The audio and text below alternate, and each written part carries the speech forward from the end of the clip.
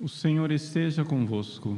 Ele está no meio de nós. Proclamação do Evangelho de Jesus Cristo segundo Mateus. Glória a vós, Senhor. Naquele tempo, Jesus foi à região de Cesareia de Filipe e ali perguntou aos seus discípulos: Quem dizem os homens ser o Filho do Homem? Eles responderam: Alguns dizem que é João Batista, outros que é Elias, outros ainda que é Jeremias ou alguns dos profetas. Então Jesus lhes perguntou: E vós, quem dizeis que eu sou? Simão Pedro respondeu: Tu és o Messias, o Filho do Deus vivo. Respondendo, Jesus lhe disse: Feliz és tu, Simão, filho de Jonas, porque não foi um ser humano que te revelou isso, mas o meu Pai que está no céu. Por isso eu te digo que tu és Pedro, e sobre esta pedra construirei a minha igreja, e o poder do inferno nunca poderá vencê-la. Eu te darei as chaves do reino dos céus. Tudo o que tu ligares na terra será ligado nos céus, tudo o que tu desligares na terra será desligado nos céus. Jesus então ordenou aos discípulos que não dissessem a ninguém que ele era o Messias. Palavra da salvação. Glória a vós, Senhor.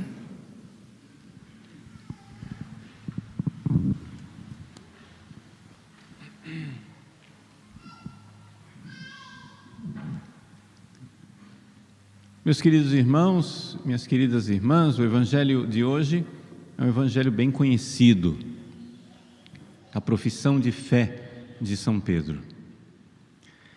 E Jesus, nesse Evangelho, diz que Pedro, Simão Pedro, tu és Pedro, e sobre esta pedra edificarei a minha igreja. Em cima de que pedra é construída a igreja? A igreja é construída em cima de uma pedra fundamental que é a fé.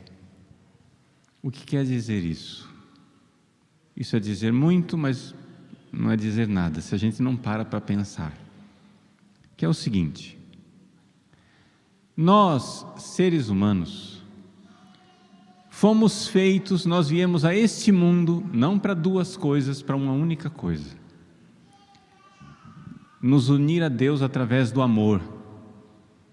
Nós temos só uma finalidade: você não nasceu para casar, você não nasceu para ser freira, padre, você não nasceu para ser solteiro, para aproveitar a vida, para ser rico ou para ser pobre. Você nasceu para uma coisa só: se unir a Jesus, porque é isto que nos dará a felicidade eterna. Deus, que habita no alto dos céus, Ele veio nos buscar, veio nos resgatar. Por quê? Porque é impossível para o homem ir até Deus.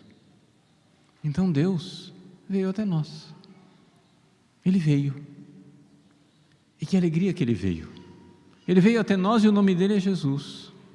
Então, como é que nós agora vamos amar esse Deus que veio até nós? Bom, a primeira coisa, gente, primeiríssima coisa, é importante isso: ninguém ama o que não conhece.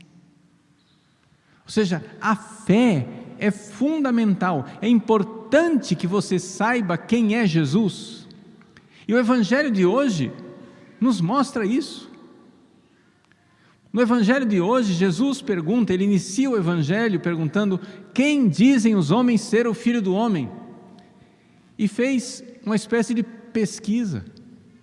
Os apóstolos que estavam, em contato com a multidão, com as pessoas, tinham uma noção de qual era a opinião que as pessoas tinham de Jesus. E eles respondem: o que é que diz o povo que é Jesus? O extraordinário, o impressionante, gente, é que não acertaram uma, nem de longe. Diz que a voz do povo é a voz de Deus. Nesse caso aqui, a voz do povo é a voz do equívoco, é a voz do engano, é a voz da ignorância. Eles não acertaram quem era Jesus. Vejam, se Jesus é Deus que você precisa conhecer e amar para se unir a Ele, e você acha que Jesus é um profeta? Tudo bem, você não está xingando Jesus, mas você não entendeu quem Ele é. Como é que você vai amar uma coisa que você não conhece? Gente, é a coisa mais óbvia do mundo.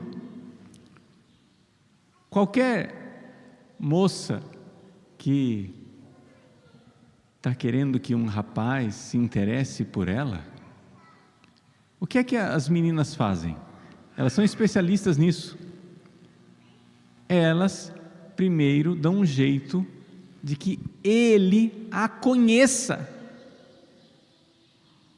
Claro, se ele não conhece, como é que ele vai se apaixonar por ela?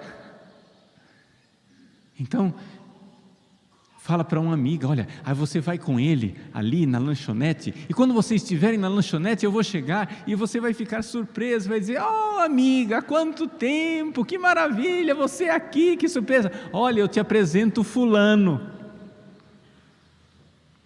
Aí depois que ele conheceu você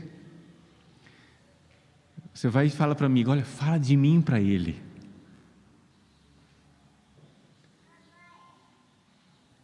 Aí depois você dá um jeito de esbarrar com ele no corredor, de puxar assunto, aí de trocar telefone, e etc e tal. Aí você começa a mandar mensagem, aí você começa a fazer perguntas. Veja, o que é que essa menina está fazendo para o rapaz se apaixonar por ela?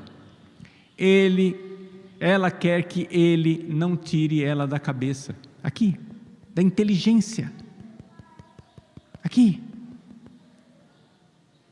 Ela quer que ele não se esqueça dela, porque se ele se lembrar dela, e pensar nela, e pensar bastante, e pensar o dia inteiro, e pensar muito, vai acontecer, por consequência, que é possível que ele se apaixone.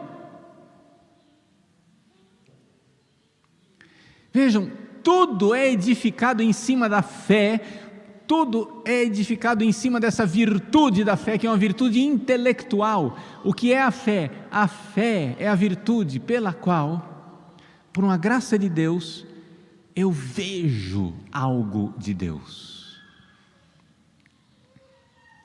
Eu conheço Deus mais de perto. Se você está ouvindo essa pregação e ouvindo assim, vamos ver o que é que esse padre Paulo diz, e você está simplesmente ouvindo com interesse, sei lá, de curiosidade, que pena. Mas se você está ouvindo com fé, se você está ouvindo assim, ele vai me falar de Jesus, e você ouvindo falar de Jesus, você veja que você está tendo uma oportunidade de conhecer mais Jesus, de estar mais perto dele, de saber quem ele é, como aquela pessoa que quer se apaixonar. Eu quero me apaixonar por Jesus, eu quero que Jesus seja o amor da minha vida. Eu vim nesse mundo para Jesus, por Cristo, com Cristo e em Cristo. Eu não vim para outra coisa a não ser me unir a Ele. Mas como é que você vai amar Jesus se você nunca pensa nele? Se o seu reflexo automático o dia inteiro está no WhatsApp, se o seu reflexo automático o dia inteiro está no Facebook, no Instagram,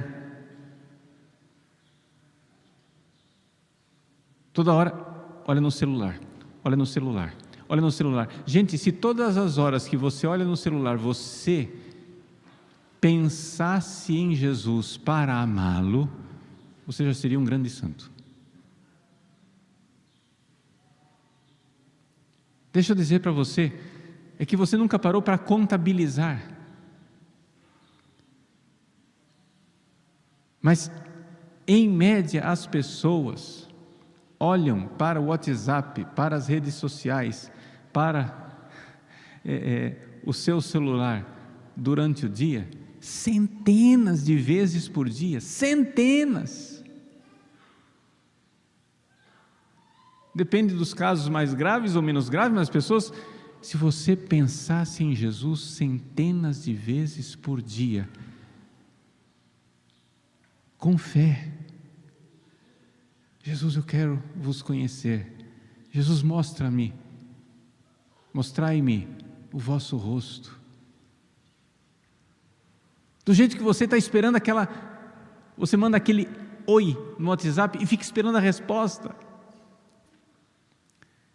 Do jeito que você olha no WhatsApp, toda hora pergunta, vai responder? Não vai responder? Aqui, mas não respondeu ainda. E se você tivesse essa atitude para com nosso Senhor, e dissesse, Senhor, eu quero vos conhecer. Jesus, peça a Jesus que Ele acenda uma bolinha de notificação na sua alma. Que venha aquela notificação, toda hora. Nossa, Jesus. Mas para isso, meus queridos, nós precisamos elevar a nossa inteligência na direção daquele que nós queremos amar. E na direção da fé, do ensinamento verdadeiro da igreja, não de você achar que Jesus é quem você acha que Ele é, não de saber quem Ele é, porque Deus, verdade infinita, nos revelou quem é Jesus. Sobre esta pedra edificarei a minha igreja, ou seja, você vai ser construído interiormente, você vai crescer interiormente. Mas se você nunca pensa em Jesus, como é que você vai amá-lo? No que é que você pensa concretamente todo dia, o dia inteiro? Põe no cronômetro, começa a fazer estatística, se dê conta, nossa, eu estou há 15 minutos dialogando com uma pessoa na minha cabeça aqui, eu estou dizendo, eu vou ligar para essa pessoa, aí eu vou dizer tal coisa, aí ele vai responder, eu vou ver qual vai ser a reação, aí eu vou não sei o que, você está 15 minutos aqui conversando com a pessoa,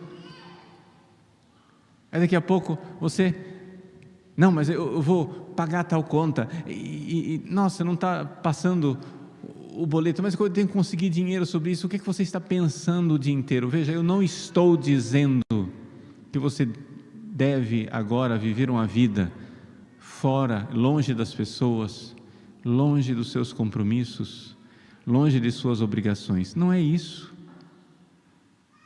Mas como é possível você querer conhecer Deus, amar Deus, se você nunca pensa nele?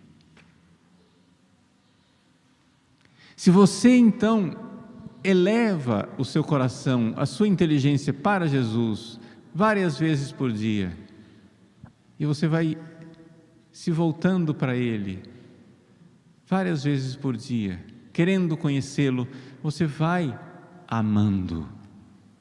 Sim, porque esse é o processo, é a inteligência primeira, depois vem a vontade do amor, só que a vontade é uma potência cega, se ela não vê através da inteligência, ela não ama através da vontade, você não entende? Se você não vê, você não ama. Os marqueteiros, os caras que fazem marketing, que querem vender as coisas, o que é que eles fazem? Eles ficam mostrando aquilo para você o tempo todo. Você pesquisa na internet qual será o preço de um sapato. Gente, durante uma semana, um mês, aparece só sapato nas suas pesquisas, você não sabe de onde vem aquele negócio. Promoção, sapato tal, olha, tal loja, não sei o que, etc e tal, e de repente, aparece ali.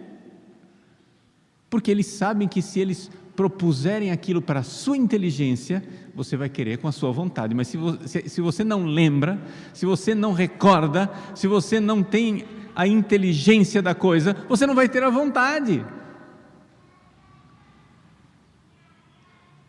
assim também na alma.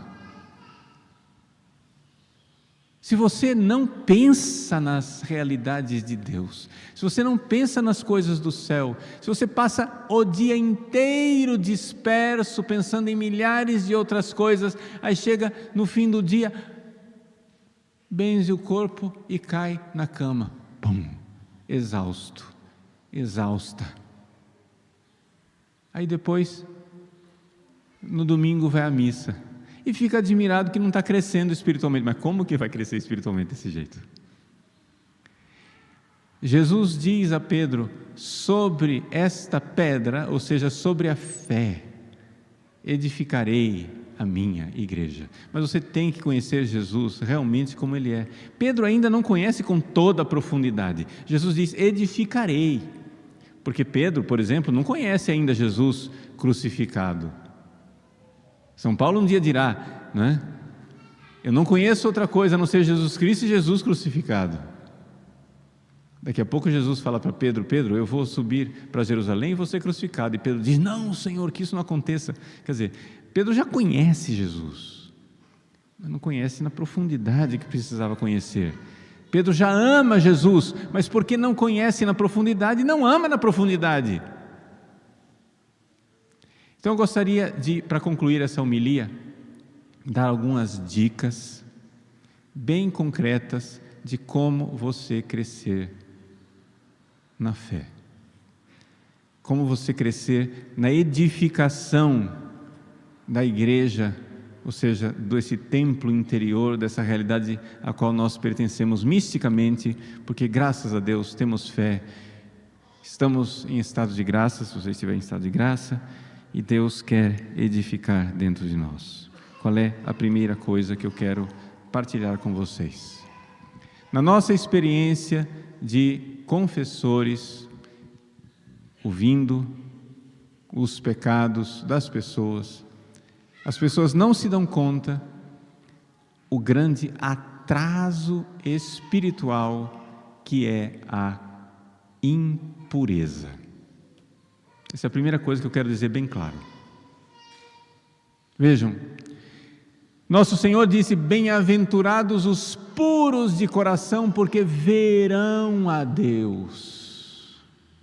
Ele está falando lá do céu, ver a Deus. Eu vou fazer uma aplicação aqui para a terra, calma. Mas a primeira coisa que nós temos que entender é isso. Nosso Senhor, bondade infinita, o Evangelho de nosso Senhor Jesus Cristo é uma grande esperança, é uma grande força do céu. O Evangelho de Jesus é boa notícia, é boa nova, mas parece é algo que nos deixa perplexos, mas o Evangelho, a bondade infinita, nos revelou o seguinte. O que eu vou dizer agora é muito dramático, mas é real. Alguns de nós aqui jamais verão a Deus. Algumas das pessoas que estão me ouvindo agora, neste momento, seja aqui na igreja, seja através da internet, miseravelmente, alguns de nós jamais veremos a Deus. Isso chama-se inferno, miséria eterna.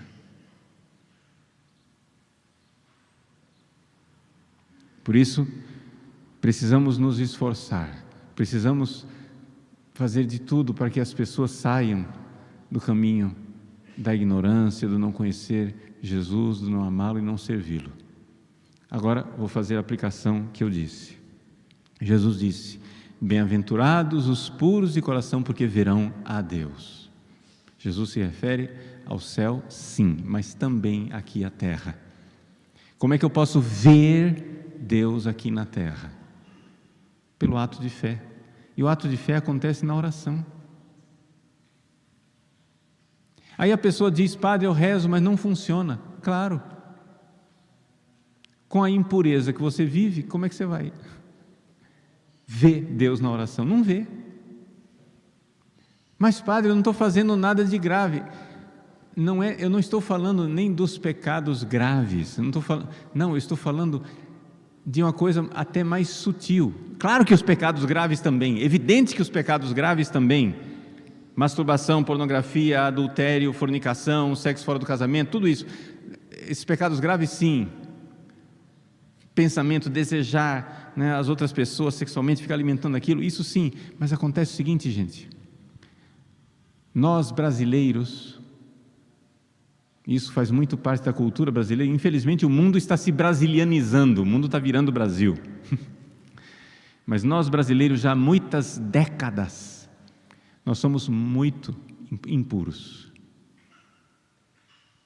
Você não consegue falar com um brasileiro sem que ele venha com uma piadinha maliciosa no meio da conversa. Aquilo não é pecado mortal, necessariamente. Muitas vezes não é pecado mortal, mas é impureza. Aquela malícia da linguagem dupla, daquela coisa que sempre puxa para o lado sexual, para o lado indecente, aquele humorzinho impuro. Gente, isto é um atraso de vida espiritual, porque você nunca vai ver Deus desse jeito. Os puros de coração verão a Deus. Se você fica alimentando esse tipo de impureza, você dificilmente vai ter um crescimento espiritual considerável na sua oração. Deus quer edificar a sua igreja através da fé, na nossa oração, de nós vermos Deus mais claramente, mas não abra concessões no campo da pureza. Você quer ser casto, no sentido de não quer mais cair em pecados graves, não quer mais fazer a fornicação, não quer mais fazer o adultério, não quer mais cair na pornografia e na masturbação, você não quer mais os pecados graves, mas você não quer ser puro. Por exemplo, pensamentos, olhares, palavras que você não pronunciaria na frente de Nossa Senhora, que você se envergonharia de fazer isso na frente de Nossa Senhora, que você ficaria, assim, certos pensamentos, coloque um santo da sua devoção no lugar, você imagine qual seria a reação de horror de Santa Teresinha, qual seria a reação de horror de um Padre Pio, qual seria a reação de horror de São José diante de certos pensamentos, certos olhares, certas sugestões, certas palavras? E não é puritanismo, gente, não é puritanismo, é o fato de que a falta de pureza atrasa muito nossa vida espiritual. Então eu estou aqui dizendo uma coisa sutil que vai não da direção dos pecados graves. Os pecados graves, é claro, mas aquela sensualidade subjacente, os puros verão a Deus. Segundo ponto, o medo de sofrer atrasa a gente espiritualmente. Ou seja, uma covardia de dar a vida. Eu não estou dizendo que você precisa ser mártir do dia para a noite, não é isso. Mas qualquer coisa que você vai rezar, que Deus se apresenta e que aquilo incomoda, e que aquilo é um desafio, e que aquilo você sabe que se você fizer aquilo vai te causar uma certa dor. Não estou nem falando, vejam, assim como nos pecados da impureza eu não falei dos pecados graves, mas é óbvio que os pecados graves também, aqui não estou falando das grandes traições e das grandes covardias de um Judas, de um Pedro que nega Jesus 3 vezes, não, eu estou falando daquela falta de generosidade, de que você sabe que você podia se esforçar um pouco mais, você podia dar um pouco mais, você podia ser generoso e menos preguiçoso e sofrer um pouquinho por amor a Jesus. E Jesus vai e te sugere uma coisa na oração e você, não, mas não precisa disso. Se você vai rezar e você tem medo de mudar, medo de incomodar a sua vida, isso é um atraso de vida, gente. Isso é um atraso de vida. Como é que você vai se unir a Jesus? Se unir com certos apegos. Eu não quero que você, não estou esperando que você fique desapegado de tudo do dia para a noite, mas faça o exercício de se desapegar de uma coisa, e você vai ver a força que você vai ter se desapegando de outras. Se desapegue de uma coisa, faça um exercício. Você vai e se desapega, faz uma força de se desapegar de uma coisa, e você começa a ver que você fica mais generoso em tudo. É lindo isso, gente, e é Deus que vai agindo. Vejam, esta é a preparação maior e melhor para a nossa vida de oração, para a nossa vida de fé. E aí a fé vai crescendo, e você vai conhecendo Jesus, e você vai amando mais, e vai se unindo a Ele. Então, dois pontos importantes. Haveria mais coisas para dizer, mas eu não vou ficar fazendo aqui uma lista de coisas infinitas, mas são duas coisas básicas e fundamentais de pessoas que muitas vezes já conseguiram se livrar dos pecados mortais, mas ficam naquela patinação no mesmo lugar, né? Patina no mesmo lugar, aquela sonsura, aquele não sai do lugar, aquele tédio, aquela mesmice. E então é claro que assim a igreja não estará sendo edificada dentro de você. São só duas pequenas dicas bem práticas, resumindo e concluindo tudo o que eu disse. Nós viemos a esse mundo para uma única coisa: ser felizes nos unindo a Jesus. Nós nascemos para isso. Nós nascemos para Ele. Nós não nos pertencemos. Mas como nós vamos ter uma vontade de nos unirmos a Jesus se nós não o conhecemos? Então é necessário que a nossa inteligência se eleve.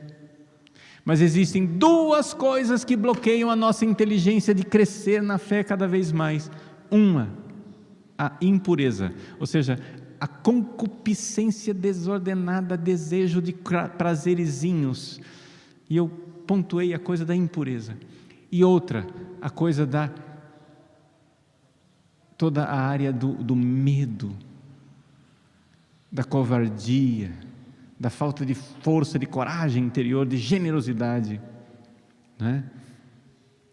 De quem quer transformar o cristianismo numa burguesia confortável, mas não na entrega.